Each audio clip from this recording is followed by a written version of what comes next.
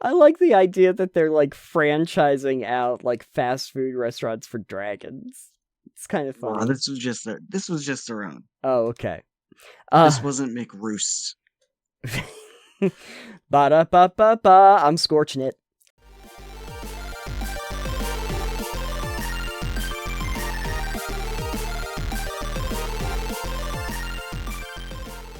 As people might know, our show is called Total Pebble Knockdown, TPK. But that is not actually what TPK typically means. Usually means total party kill, which I was late to the party finding out about, which is A little bit. the reason why it's called Total Pebble Knockdown. I thought I would look up ideas for how to avoid a TPK, and it brought me to none other than WikiHow. If you don't know what WikiHow is, it's basically like a Wikipedia, but specifically to tell you how to do things to varying degrees of comprehension. But I thought that the issue that they had with TPK, where they explain what it is, and then how to avoid it, had some interesting points that might be worth looking at. I can't tell you they're good, but there's something. So There's something. That's definitely a tagline. I'll link the whole thing down below so you can read it at your leisure, but I did want to talk about the avoiding a TPK section of the article, because they give some suggestions, and, well, why don't we just go into it? So, the first suggestion they have for avoiding a TPK has a few bullet points, but it's find a creative way to declare the TPK didn't happen. No, just retcon. Yeah, it says, if you or your players would prefer to continue the current campaign with the same characters, the easiest way to do so is by narratively preventing the TPK, ensuring that although the PCs lost a battle and fell unconscious, they didn't actually die. Come up with a story that makes sense, depending on the scenario. For example, if a powerful dragon beat the PCs, that dragon might have decided to capture them and bring them back to its lair to devour later, giving them a chance to escape. So, before I move on, yeah, do dragons typically, like, save their snacks for later, or? I don't know. I guess do dragons eat people, or is that not part of a healthy dragon diet? You know, I think that if we were to look at the food pyramid for dragons, humans are, I don't know, they feel like snack territory. They're like up they're near a the top. delicacy once in a while, but like they're probably more danger than they're worth. They're a sometime snack. They're a sometime snack. They're not an everyday snack. I feel like, I mean, the one time I've used dragons in a campaign that were gonna eat something, they weren't bad dragons I had to fight, but they flew off, and they're like, I think the conversation they had as they were, like, before they turned back into dragons, because they're in, like, an altered self form, looking humanoid. I think the conversation was, I'm hungry, where do you want to eat? I don't know. And the other one's like, how about my field this time? And they flew off because they own just a bunch of, like, fields for, like, cattle and sheep and stuff like that. So they just fly over there, swoop down, eat their stuff. And that's what we had them do. It's like, they're wealthy, they can just buy a farm and raise herds of animals that they can just devour. I like the idea that they're, like, franchising out, like, fast food restaurants for dragons. It's kind of funny. This was just their own. Oh, okay. This wasn't McRoost. Ba-da-ba-ba-ba, I'm scorching it. Next scenario, if a corrupt nobleman and his guards overpower the PCs, they might bring the PCs back to the nobleman's keep and question them instead of killing them outright. This is pretty much the same thing as the last one, but just... Hold on. For the first one, at least, one thing I want to say about that is everyone loves a Deus Ex Machina. Yeah. Yeah. Nobody likes a Deus Ex Machina. I had a DM do that once. Our party got saved by some rando highway person that came along and beat all the trolls that apparently had murdered us. Shouldn't your players end up becoming the Deus Ex Machina? in some cases. You Like should. Not some random one NPC who's way too powerful to be doing shit like the that. the You rando want a comes hero. in. Yeah, let's just take this campaign in a whole new But the direction. city guards. Yeah. This one I'm more okay with because I would think guards, like security officers, probably should not be primed to kill you.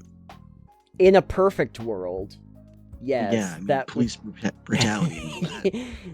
But theoretically, yes, that would be what we would hope to see happen. So I can understand this idea. But it is kind of the same general beat that, well, we're gonna save you for later and put you in a dungeon, which is also a trope of RPGs, so I can also get behind that. You end up with a dungeon and they take away all your stuff. So a powerful NPC, non-player character, it's nice that they at least said that for people who don't know, ally might arrive. Did they say what a TPK or did they say a total party kill? They explained earlier that it's a total party kill. It would have been great if they said it was total purple knockdown, but we're not famous like that. You know what you can do is you can go in on the inspect elements part of the page. Yeah, and say also referred to as.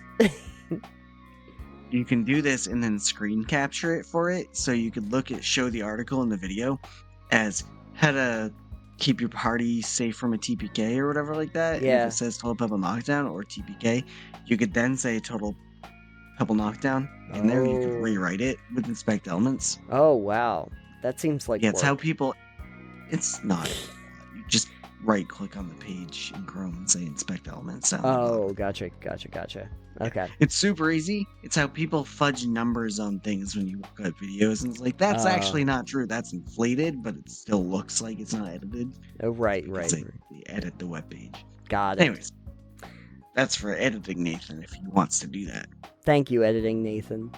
A powerful NPC ally might arrive at the last moment, reviving or teleporting them to safety. There's your Deus Ex Machina. There you go. This is used a lot in video games, I feel. Oh, yeah. Even notably, World of Warcraft uses this so often. Yeah. And it's so annoying. Your character's supposed to be like this champion of Azeroth in World of Warcraft. Oh, sure. Especially if, you go with what the things you're supposed to have canonically done or have played the game for a while and actually have done. Saving the world multiple times. At one point, you're, a champion or warlord or, savior of Azeroth, for instance. Mm-hmm. You're usually just referred to by bigger plot characters as champion or hero. Or adventurer occasionally, but not usually because accolades and all that. Not going to spoil things for the latest expansion. Not that you're going to play, but some people here might. Pretty early on in that one, you get teleported out by somebody and then they take the bullet, allegedly. I don't think canonically, I don't think this person took the bullet as hard as they led you to believe. They blew up a whole city. And then the other one they say is, as a DM, you could even fake your dice rolls if you see the battle start to turn seriously south and let the party miraculously turn things around, turning certain defeat into a miracle victory, which feels like the thing that we were talking about with the bad DM discussion about, the fudging of dice rolls, which, I mean, okay, I guess. Meh. I'm okay with that, more so, especially if it's in the name of fun, and it's not supposed to be, but sometimes luck just isn't on people's side. Yeah. Or the construct of luck, the idea of luck. Sometimes you just get bad dice rolls, and sometimes the enemies get really good dice rolls. And I understand it's supposed to be a challenge, and it's supposed to be random, but you're also supposed to be these characters.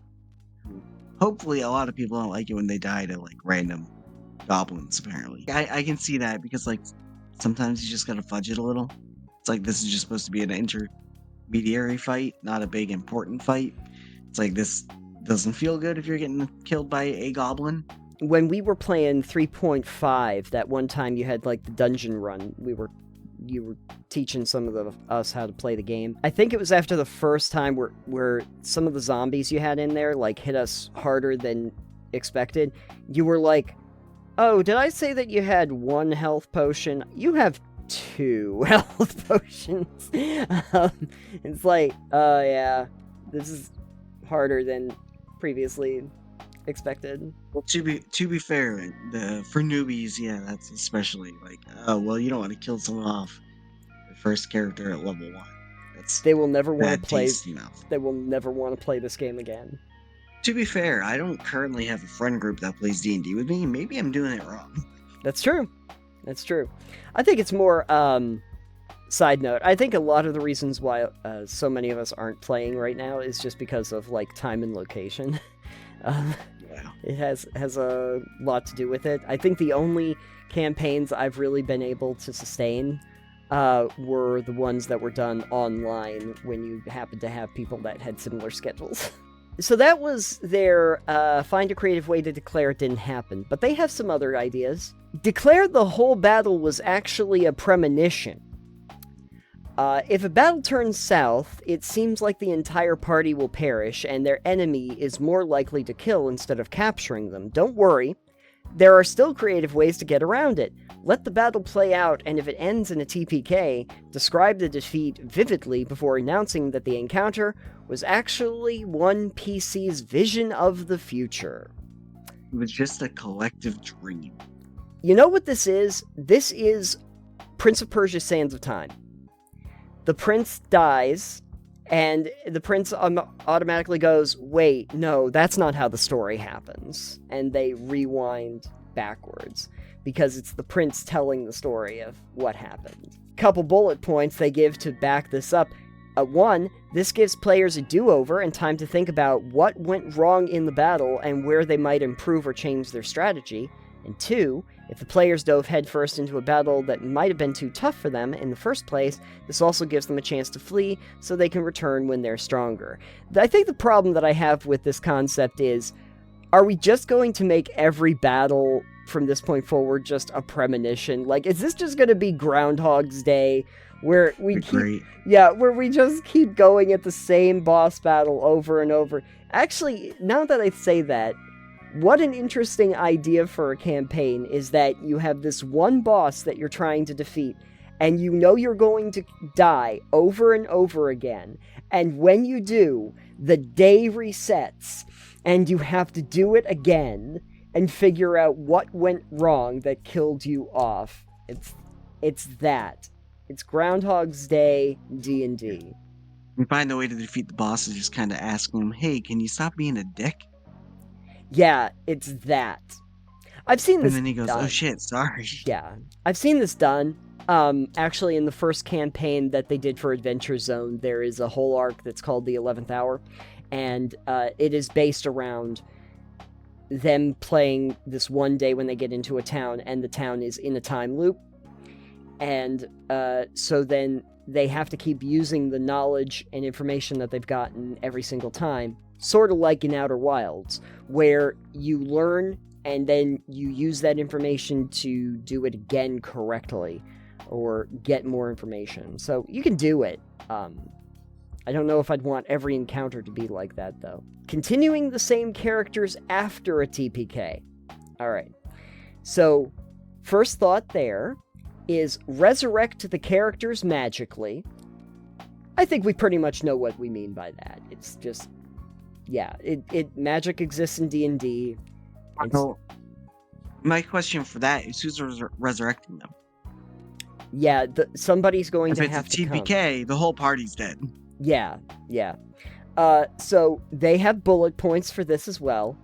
For example, if the party is friends with an NPC cleric, that cleric might go out of their way to bring the party back to life to repay them for all of their help in the past. I said friends with, not owes a life debt to. A Wookiee life debt that the cleric has engaged in. On the other hand, an evil sorcerer might bring the party back to try and compel them into doing the sorcerer's bidding in the future. Okay, at least that's more interesting. I'm gonna give him that. Interesting. Perhaps the TPK was actually destiny. The PCs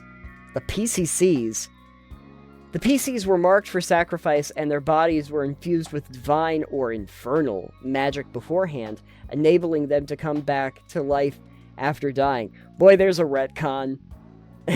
Yeah, also a loophole to then just kill your characters off willy-nilly. Yes, absolutely. Make that I happen. will lay down my life and make a heroic sacrifice Yep. by jumping off this cliff so you don't have to come back to life. It's like, haha. Ah, damn it. It's Gods would not be pleased. yeah. That's like what happened with Spike in Buffy the Vampire Slayer. Noble sacrifice, but the amulet revived him, and he ended up in Angel. Another way that you could keep playing the character is turn the characters into spirits or undead. Bring the campaign into the spirit world by turning the PCs themselves into spirits, newly arrived in the afterlife after their deaths. What changes would that create for the PCs and their stats or abilities? How would it change their goals or the trajectory of the campaign? This is a fun way to make TPKs feel like a natural part of the story. I don't care about going into the bullet points for this, but what I would say is if that's going to happen, I want to already have like a contingency campaign thing that's going to be around being in the spirit world. I don't want to just do that on the fly. There are ramifications, I'm sure, and different things that affect being a ghost. Yeah. Or a spirit that you'd kind of want to account for. Like, you don't technically have a real sword. Is it going to work like a real sword? Yeah. Does magic work there? Right, exactly. I think what would be really interesting, I was thinking about this one time for a campaign, but that there is a story arc where you get into a zone where things are going to be very challenging for the party. But there is a whole element to this to uncover, which is that there is like a spirit realm that this mad scientist in this laboratory is trying to contact. And so the spirits are like around. And so if any of your characters were to die, you'd shift perspective for them and you'd see them as spirits. And then they'd kind of learn the rules of that from that side, not necessarily the whole party, but like individual characters if they die in that really difficult area. And that would explain like stuff about what's happening. Like, I kind of imagine it as a scientist trying to resurrect the dead and bring them back from the spirit world. And that this has gone horribly awry and has created these giant monsters that the spirits have inhabited. And that he can't control, and that are far too powerful for him to deal with. And so, because of that, there is an element where if they are going to die, this would be the place to do it, and there's an actual storyline reason why it would happen. Yeah. Stage a divine intervention from the gods. Ooh, the gods are the Deus Ex Machina now. Even better. Yes.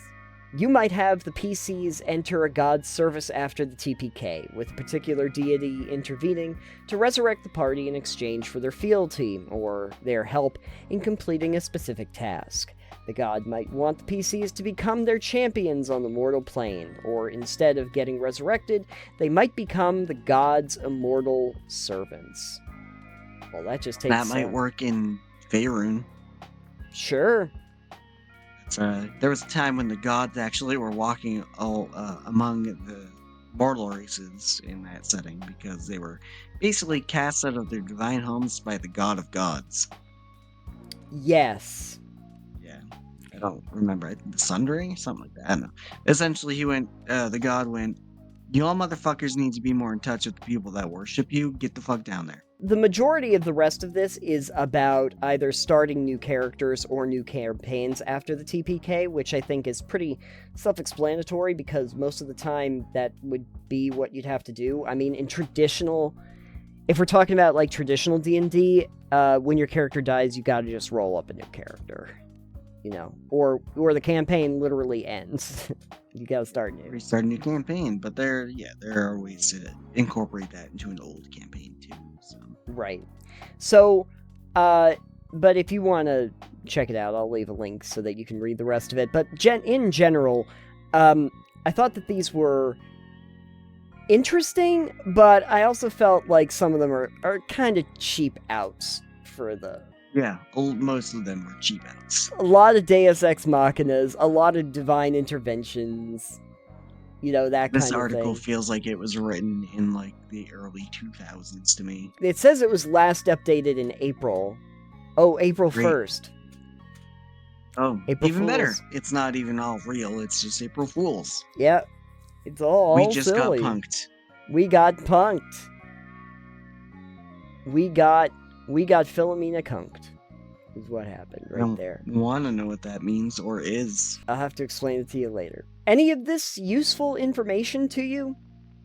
Me personally, no, but maybe some of the listeners think some of this is interesting or useful. I think it's something that you might be able to riff off of. I wouldn't take any of these at face value, but I do think that there's a possibility that some of this might be good jumping off points to come up with something creative and interesting. This feels more like a story starter. like that kind or of a thing. even just like, it felt more like tropes to me. That's what I was thinking. Tropes. A lot of them felt very tropey. Deus Ex Machina, by another method. Oh. Tropes can be okay if they're done well. I was about to die, but then Superman came down and he saved me. I had plot armor. Yeah, plot armor. It's season 8. Honestly, that's the best. That's the best way to avoid a TPK is just plot armor. Yeah. I did think it would be interesting to actually make a plot armor. That would be like an in-game item. And it gives you vast bonuses, but the second that you complete your story arc, it gives you all negatives. There you go. It's a bard armor, actually. It's a spell. Yeah. Anyways. You complete your story, and then all of a sudden your stats automatically change, but it's like locked onto you. You can't get rid of it. And then you die a horrible, horrible death. Fantasy's not for kids, folks. If you have any ideas on how to maybe improve these ideas a little bit better, so that they, a little bit more interesting, a little less, tropey, as Alex was putting it, you can let us know in the comments down below, if it's something spooky on theme, you get extra bonus points. I don't think we Spooktober. we don't score the comments on our videos, but I feel like we should give out points. You get 3 points for creativity or something like that. Seems like work. After class. See me after class. You're getting graded. Luckily, it's on a curve. You can let us know in the comments down below what you would like to do to deal with TPK. Can you do better than WikiHow? I bet you can.